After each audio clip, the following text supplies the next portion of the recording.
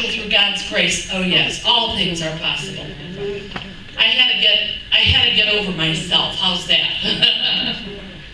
Anyway, we started about 1 o'clock in the afternoon, and we finished about 1 o'clock in the morning.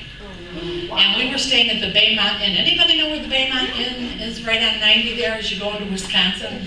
There you go, okay. Well, every time we go in that area, we'd stay at the Baymont Inn. Us and the Jehovah's Witnesses, I just loved it.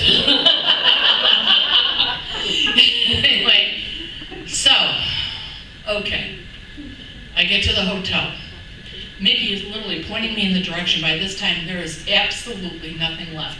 You ministers, you know what I'm talking about.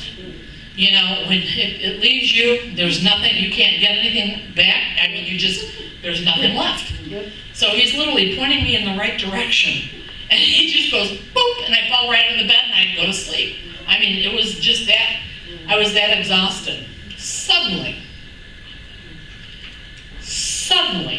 I hear a scream. And I woke up and I thought I was dreaming. But I wasn't dreaming. It was a woman. And she was screaming, help! Help! Somebody please call 911! Call 911! Well, Mickey shot straight up and goes out there and takes a look out the door. And there's a woman out there screaming for help. And then he heard of a fella, I think there were 3 fellas out in the hall, or 2? Two fellas out in the hall. And one of them said, I'll go to my car and get my gun. So Mick said, get on the floor. And I'm out of it. I'm tired. I'm exhausted. So we got down on the floor, between the wall and the bed, and locks the door. He calls downstairs, and he lets him know what's going on up here on the, I think, 3rd or 4th floor. So the police were called. Come to find out, this woman that was screaming, help, call 911, was a woman that was at a wedding. Now, I want you to hear my words. I want you to hear what I'm telling you, because this is a prophetic event, okay? And it's something that we're going through now. It's all about Hosea and Gomer, okay? Hosea being Jesus now, Gomer being us, the church. And Jesus is coming after his church. Now, what had happened in the reality of this situation was apparently this woman had an awful lot to drink, and she met another fella at a wedding in Madison. She was drunk. She left with him, this other fella other than her husband, takes off with him and goes to the Baymont Hotel, right across from where Mr. Glash and I are. But you see, there's a purpose. There's always a purpose for everything. Be mindful from now on, because God is going to speak to you powerfully. Anyway, apparently, this woman and this man were in the hotel room. The husband found out about it, and he brings a couple of his friends with him. They're going after her. What's happening is that they were pounding on their hotel room door, trying to kick it in. One of the 2 fellas indicated, of course, he has a gun. That's what Mickey said, hit the deck. And apparently they were apprehended. Now this woman is crying out, please help, call 911. All right, now it was a very serious situation. We've had a lot of situations. I could tell you supernatural stories that would just blow you away. But this is significant for right now. Now, the next day, is there anything else that I'm forgetting about this, Mick?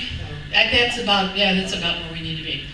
Anyway, again, all right. What had happened was, the next morning, we took off and we were going to Janesville in the city. There's actually a city of Janesville. We were in the suburban area. And we were supposed to go to a church called Midwest Christian Center. They used to have one here in the Chicagoland area.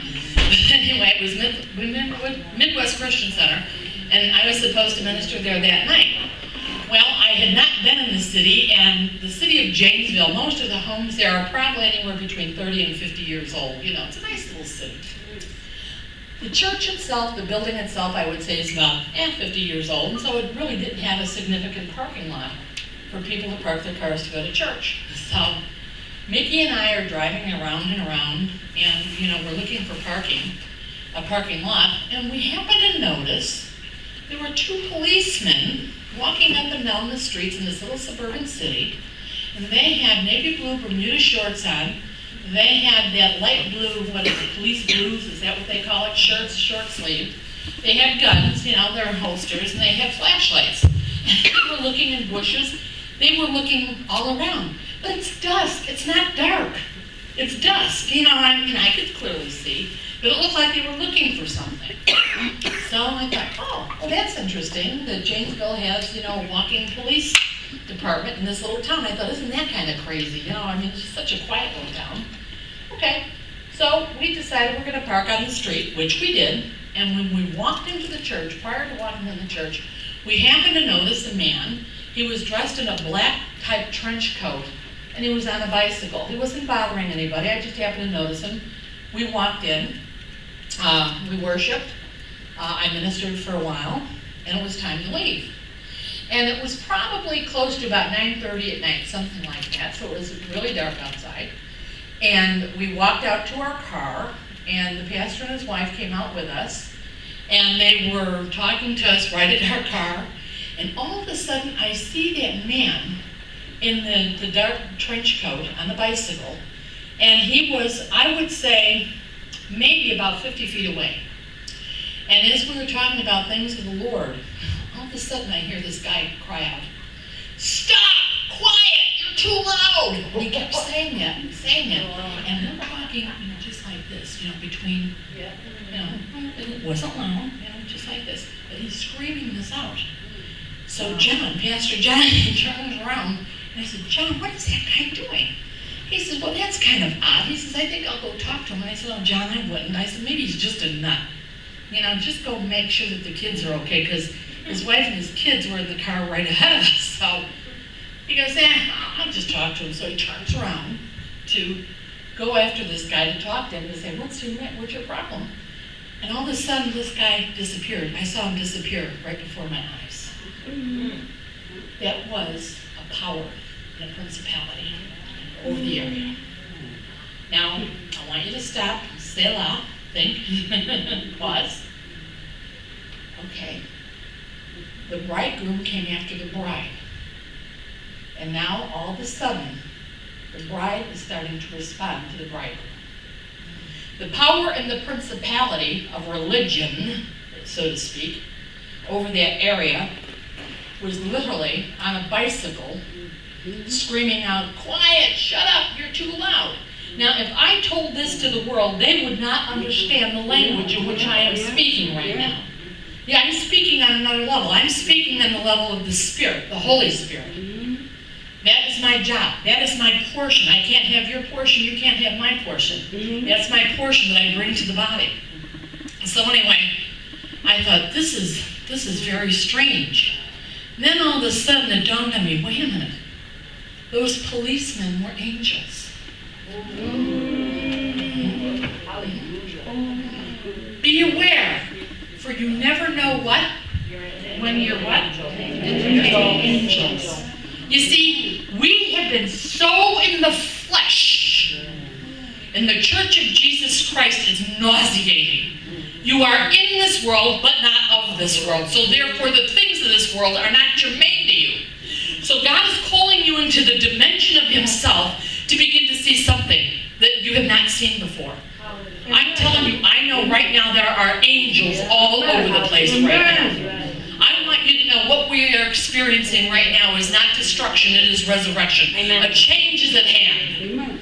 A change is at hand. You see, Gomer's going after his bride, and the bride is responding. Hallelujah. It's time now. This is time. And I am telling you, all heaven and all earth is responding. As Mickey and I finally left that area as we are driving out of Janesville, our van was brand new with them, wasn't it? About 2 or 3 weeks old. We started driving out of Janesville, and all of a sudden Mickey says,